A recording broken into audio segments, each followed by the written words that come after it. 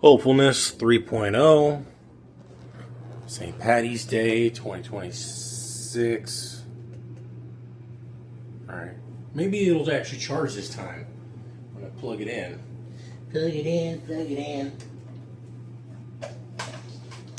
Yesterday when I did this, or whenever the hell I did this last, it was supposedly charging, but then it was almost dead yet again. So my mood is already kind of killed. I just got back from the. I don't even have coffee because I've already done that. Because I went to my physical therapist already, or not? Yeah, went to the physical therapy office. He was great. He was awesome. Made me realize that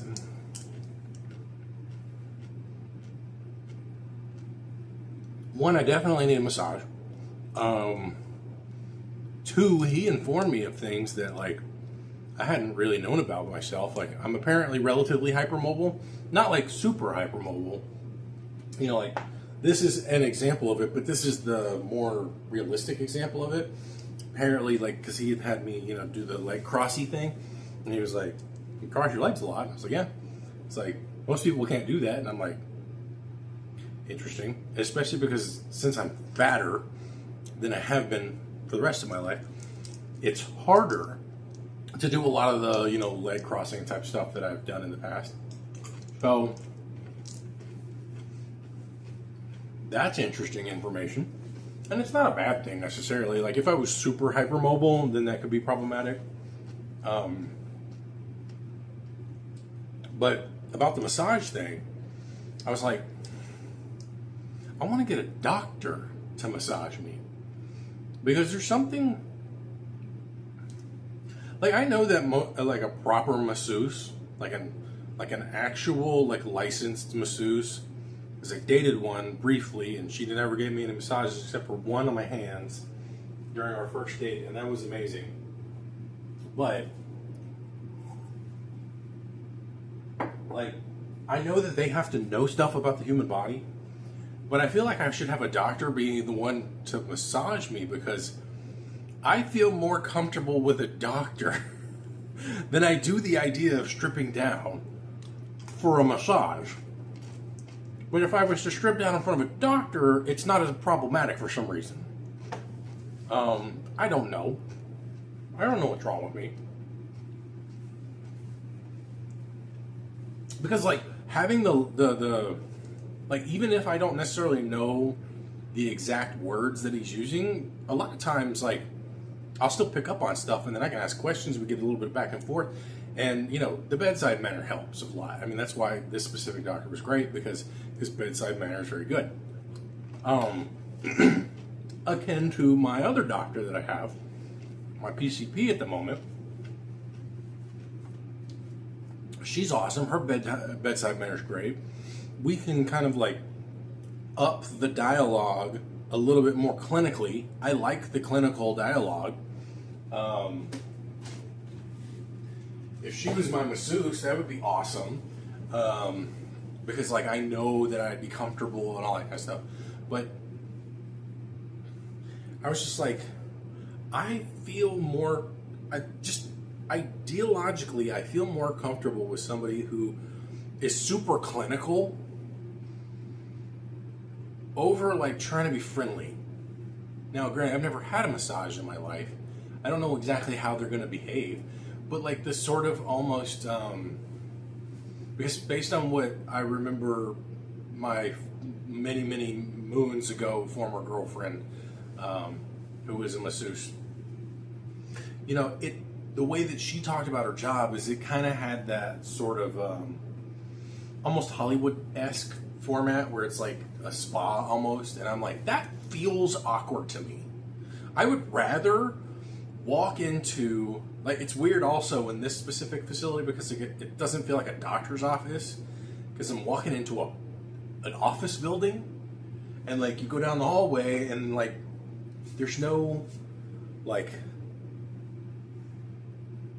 other than the general signage, like, okay, so for instance, just to backtrack it a little bit, so I've gone to the Partners in Health Hospital, that's a little bit west of downtown in Los Angeles, right?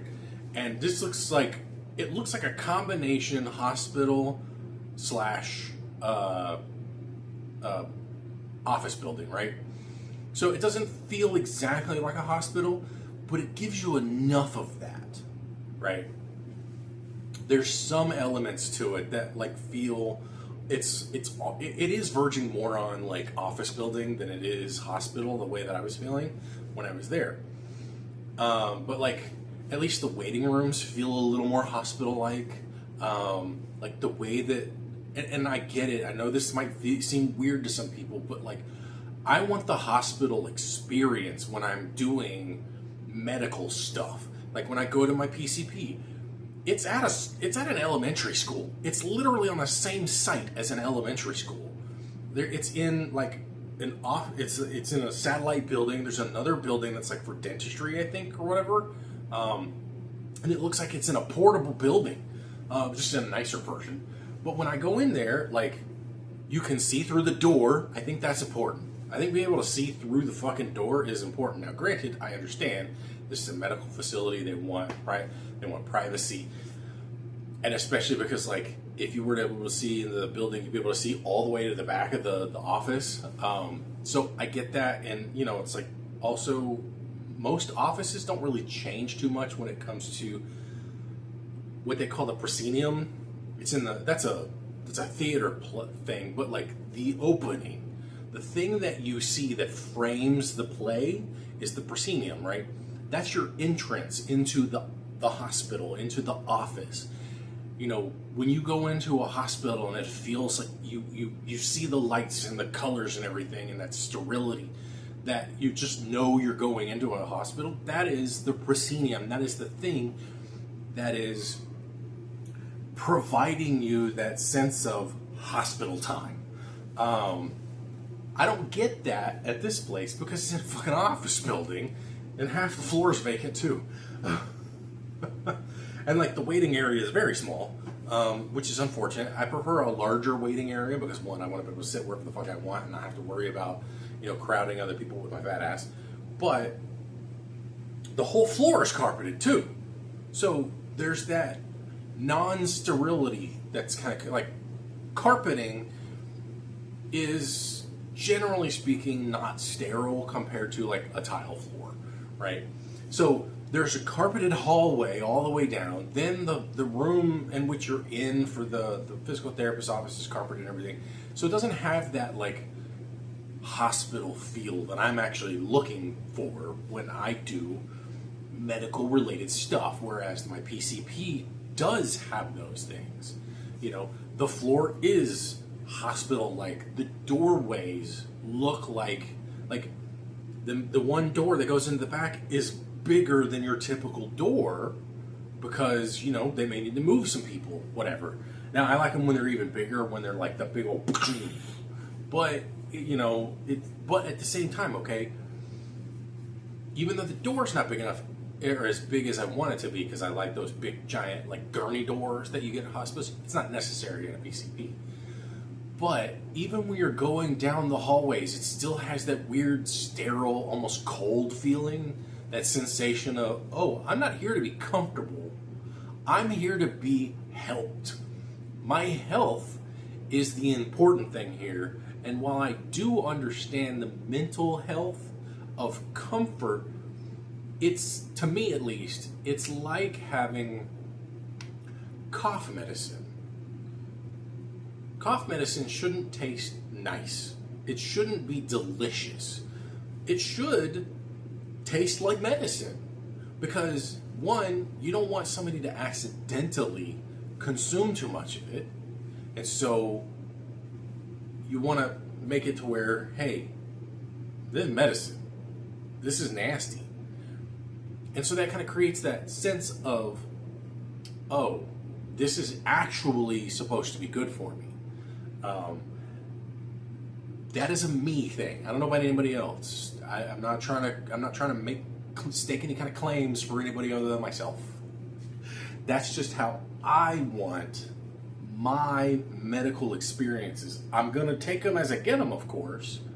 But that's also, I think, why once he started talking to me, and once I like got on the bed and he was like manipulating me in various ways, I was like, okay, this is what I was expecting. This is the kind of stuff. And I felt more at ease, which may be weird for people. I don't know.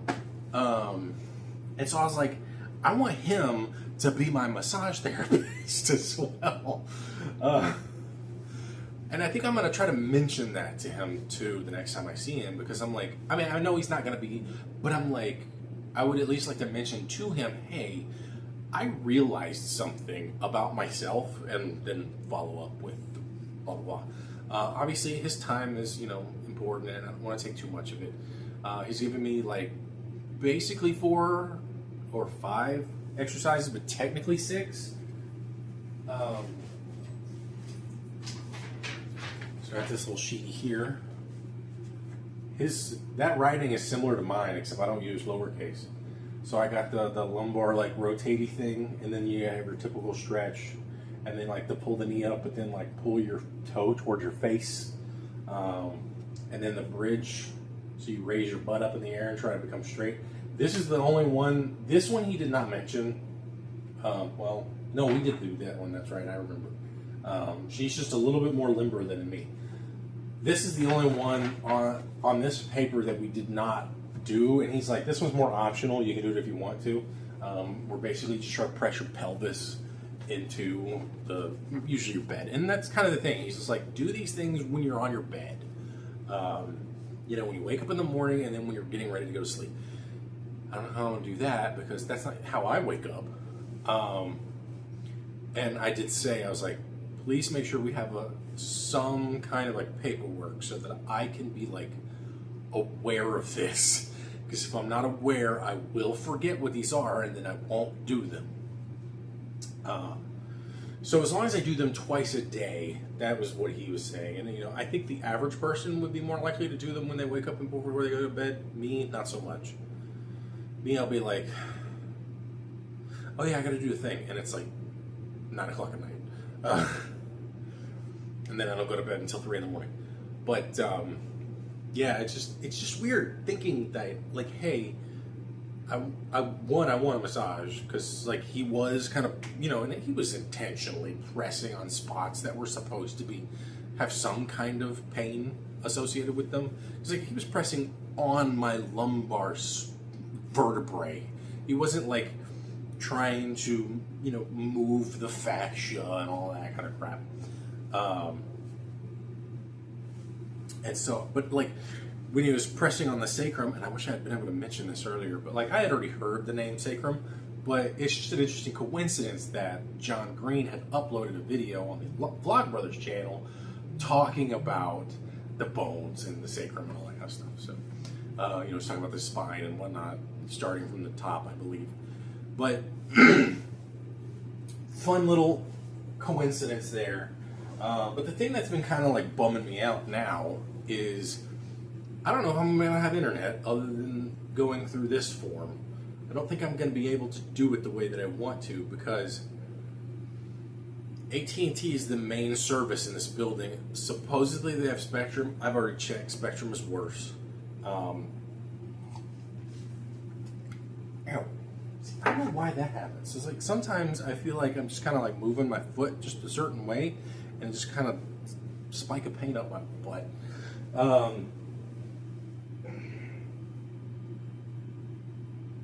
Hang on. Ooh, I kind of semi-popped my back. That felt good. But, I'm still trying to remember some stuff that I did from my old movement class. But AT&T does business with Equifax. And I don't want to fucking deal with Equifax. Like, fuck those guys. Like, they screwed us all over. They shouldn't be allowed to exist anymore. And in order for me to fucking get any kind of, because I have to get a fucking credit check, which is probably terrible anyway, I have to unfreeze it after the nearly 10 years that I've had it frozen. It's like, we need to stop doing this in this world. Like, this is part of our problem. We have these entities that get to control aspects of our life who have no fucking business dealing with us. Like, we should be choosing to deal with them, not the other way around.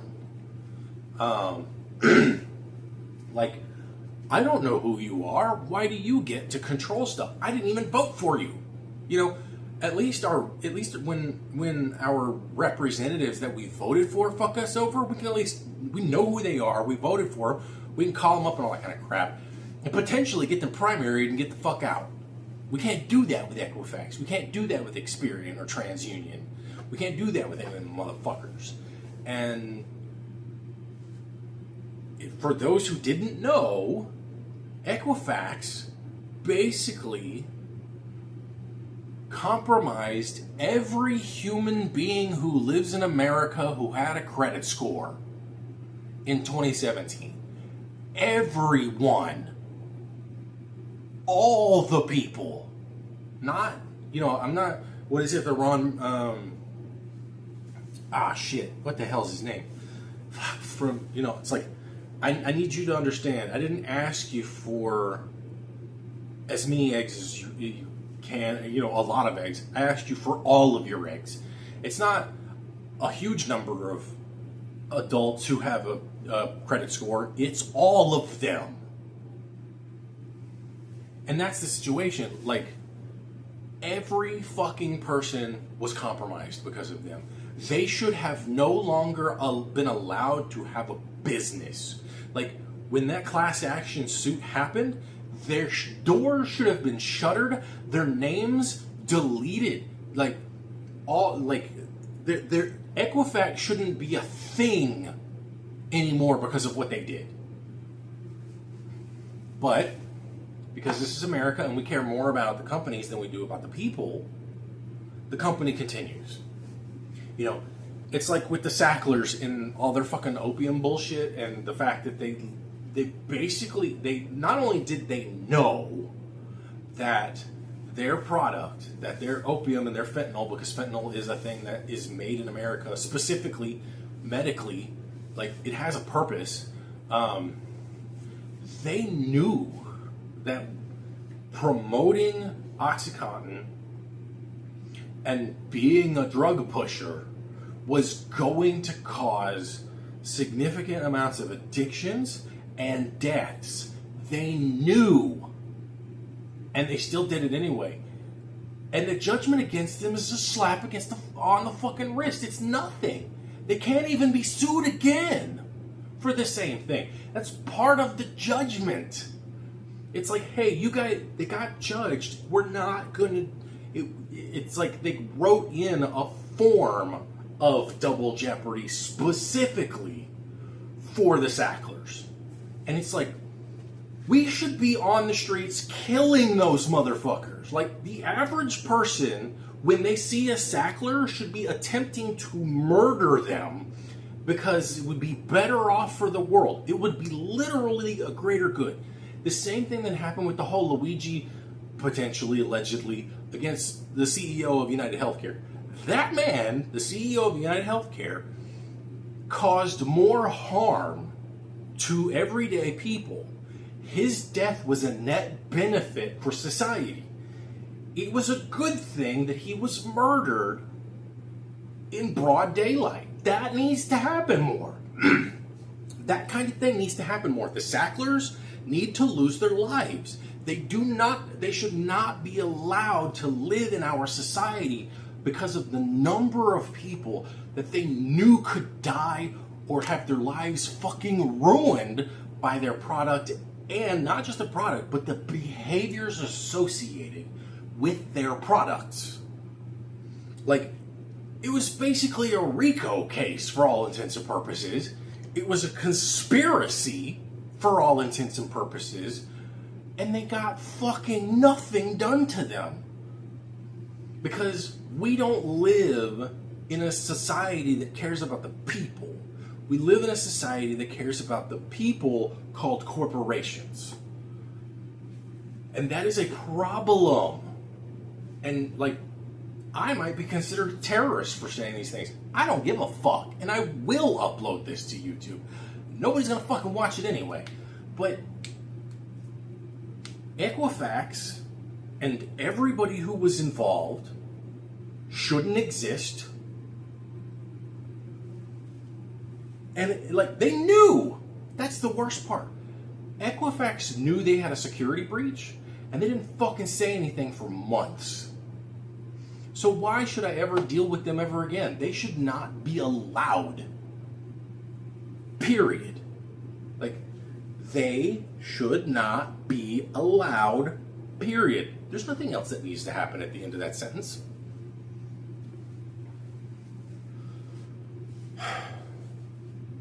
So I gotta keep dealing with this bullshit fucking T-Mobile crap. Unless I can find like a low income version that like has similar hotspot options. Cause like, I just tried to verify through this, whatever the hell it was, tag or some shit. And like, they already tried to port my shit. And I'm like, I didn't even get the fucking SIM card yet, bro. Like, hold your goddamn horses. I just wanted to, like, here's the crazy thing, right? I can go onto the browser and I can look at the page where I was uploading proof of eligibility.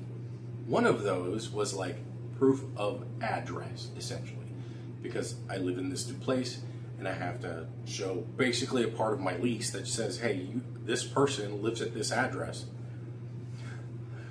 I didn't even get there yet. I was in the middle of the whole approval, like the application process. These motherfuckers are already trying to port me. And I'm just like, dude, what the fuck? Like, hold your horses. I'm trying to figure some shit out. So when I got a hold of one of the guys from AT&T, he's basically like the supervisor of this facility and probably other facilities that are, you know, in relation. So whoever had knocked on my door and talked to me and gave me their info, I don't know where it's at. I may have thrown it away. I don't know. Inadvertently or otherwise, it's irrelevant. I don't know where it's at, and I'd have to dig through some paper. I might be able to find, I don't know.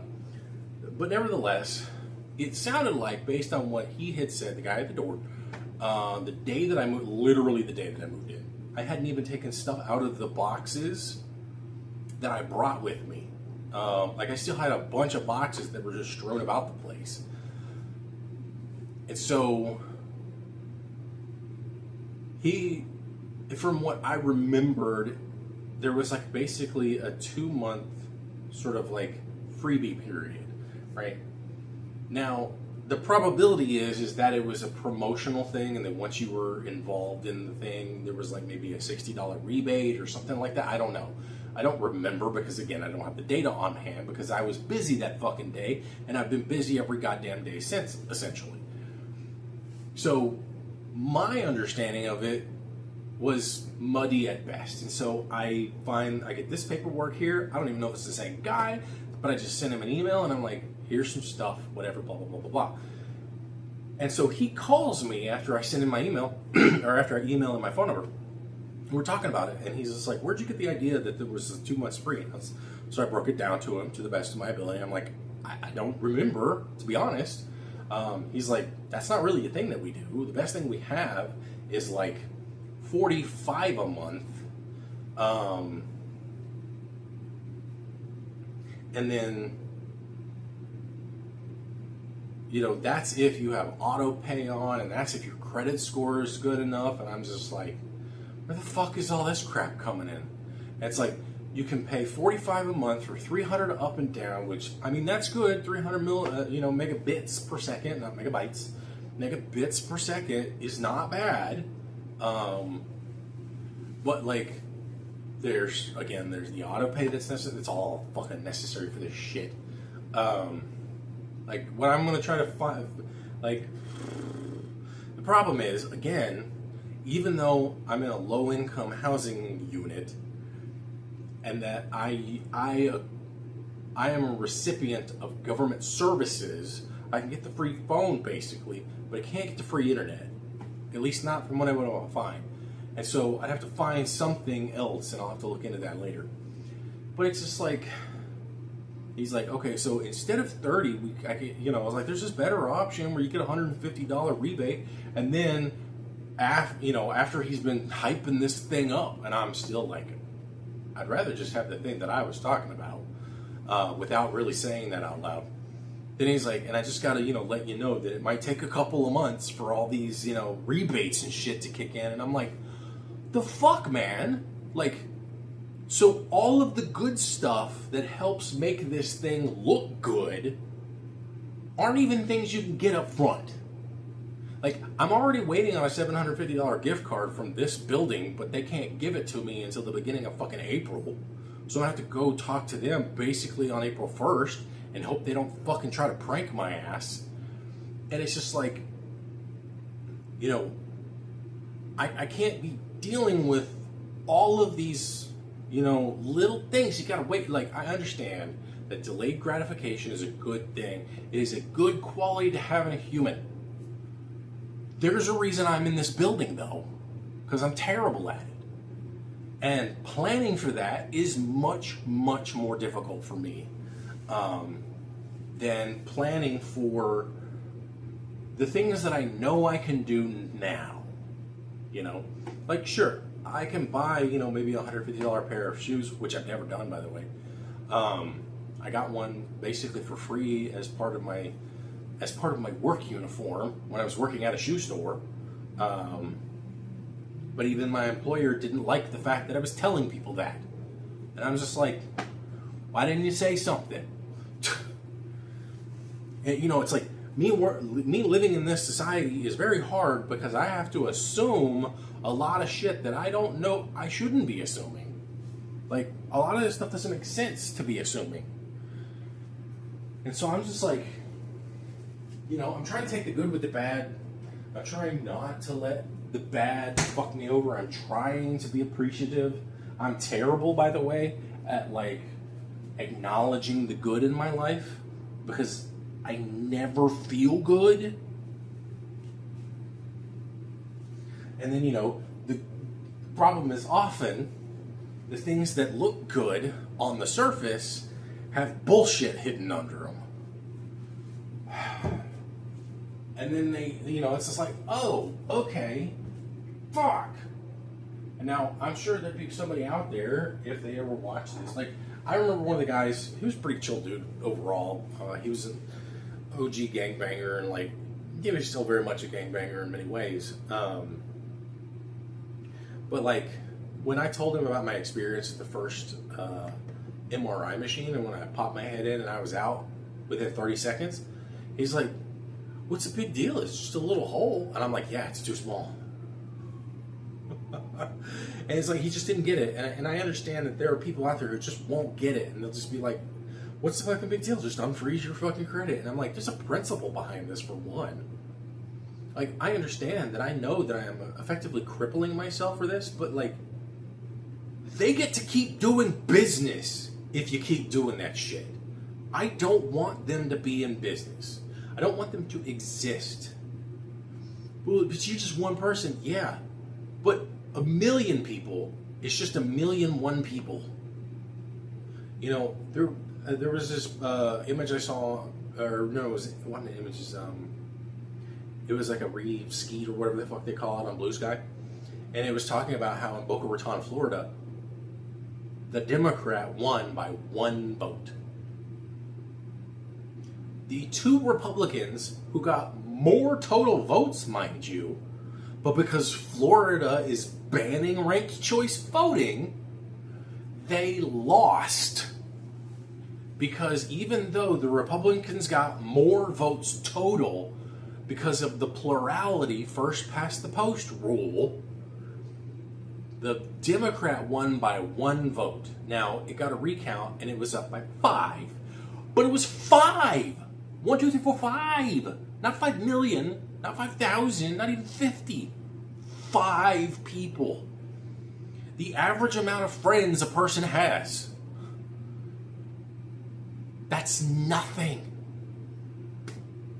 And so, in a heavy red area of a very red state, they lost their Republican lead because they fucked themselves over by not having ranked choice voting.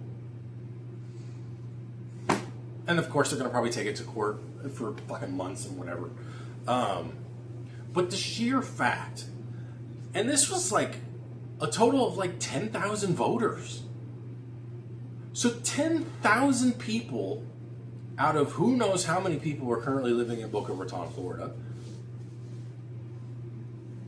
10,000 people tried to decide, and only like 3,500 are the ones who actually made the choice. Like, that's also part of the reason why first past the post voting is terrible, but it's also why things can actually get fucking done. You know, if every fucking person stopped and like froze their Equifax and never unfroze it again, there would be a point where Equifax would not exist anymore. Because they wouldn't have anybody doing business that they force onto those people. Those people have said instead, fuck you, go fuck yourself. You don't get my business ever. You don't get to, like, you may already have all my data, and especially because you already have the data breach and everything, but I'm going to do the one fucking thing that I have the agency to fucking do, which is to lock your ass out of my life.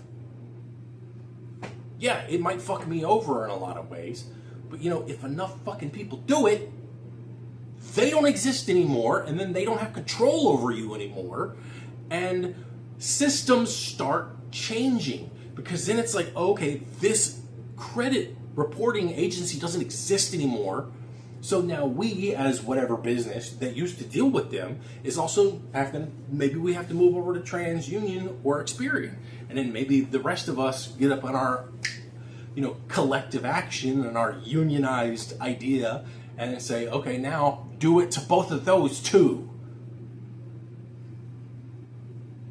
Because then they don't exist anymore. Like, there's no credit reporting in, like, France, for instance.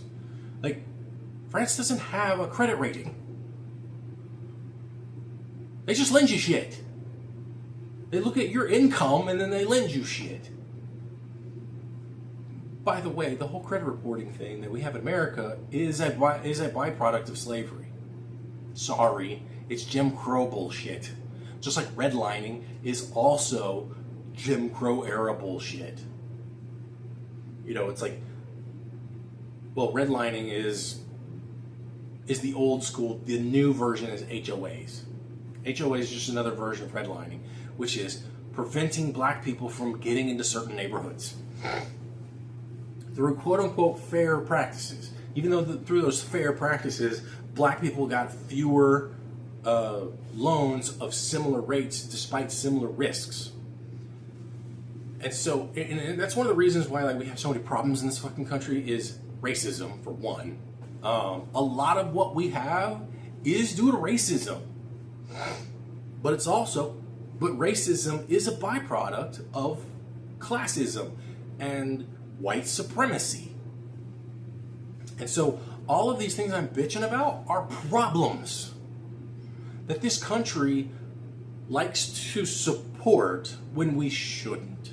Because a normal person who is not a bigot, who's not a fucking racist, who says, hey, let's be inclusive to the people around us. Let's be nice to people. Let's not try to, like, we have been actively, the entire time this country has existed, we have been actively trying to create an us versus them.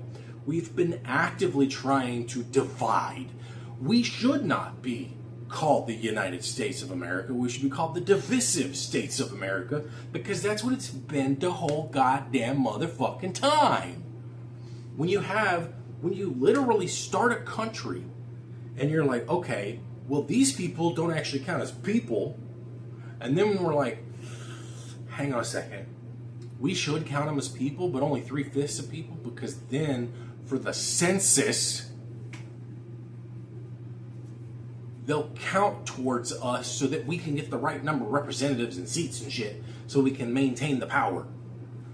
And it's just like the whole fucking time. All of this divisive crap that you deal with on a regular basis that makes no fucking sense to you, it's because we promote divisiveness. And then you might be saying, well, you're trying to be divisive when, you know, you're trying to get rid of the big companies that they didn't do anything wrong. No, fuck you. The paradox of tolerance stops at some point. You have to stop being tolerant. And it's like the fucking bullshit about the kids at like a school or whatever. They're like throwing up Heil Hitler shit, and they're all talking, they're saying it joking, but it's like a bunch of fucking conservative youth, and these youths are in their 30s, and they're dropping the N-word 400 plus times, and these are the people who might potentially be the next step in leadership, and yet they're trying to say that dropping a Heil Hitler or throwing out, literally saying it or throwing out the hand, you know, the Roman salute, that these things are free speech. And it's like, no, at some point you have to stop. You have to stop allowing everything. Some hate speech can be free speech, but when that hate speech is basically saying other humans who don't look like us or don't fit in with us in this specific closed-minded group, and when it is associated with literal fucking genocide where the word was originated, you gotta say no. That's not free speech anymore. That's not even hate speech anymore. That is a call to action. A smart person, a smart and empathetic person who actually cares about diversity, equity, and inclusion, because smart people actually think diversity is good and that trying to treat people in equitable ways, not equal, there's a difference, by understanding the social positions they happen to be in and trying to improve, you know, like a handicap when you're playing golf. And inclusion, which means come on in, not fucking stay out at arm's reach. Smart people understand that throwing out a Heil Hitler is tantamount to being violent, to saying, I'm going to be a violent person now. And so the only action, the only appropriate reaction to a Heil Hitler, either said or visualized, you know, gestured, is a punch to the face and or a bullet to the fucking skull. Because Nazi lives don't matter. At all. And just kidding is not acceptable. It's not acceptable in a polite fucking society. Don't fucking do it. That's why in Germany you don't get to do that. You don't get to fucking say just kidding. Because they experienced that shit. They've got their own version of free speech, and it's pretty good from what I understand. But they don't have dumbasses running around saying, you know, throwing out Heil Hitlers and shit, and then getting to say just kidding. They have punishments for that crap. And so, I think we need to take a note from them. Fuck Equifax, and really Experian and TransUnion, they just haven't fucked up yet. Fuck the hierarchy. Be inclusive, but not to everybody. Be inclusive to everybody who is not literally promoting violence and throwing out the salute, or Heil Hitler is promoting violence. There's no ambiguity to that. Accept people for who they are. Respect is automatic. Disrespect is earned. Also, pay your people better. Have fun.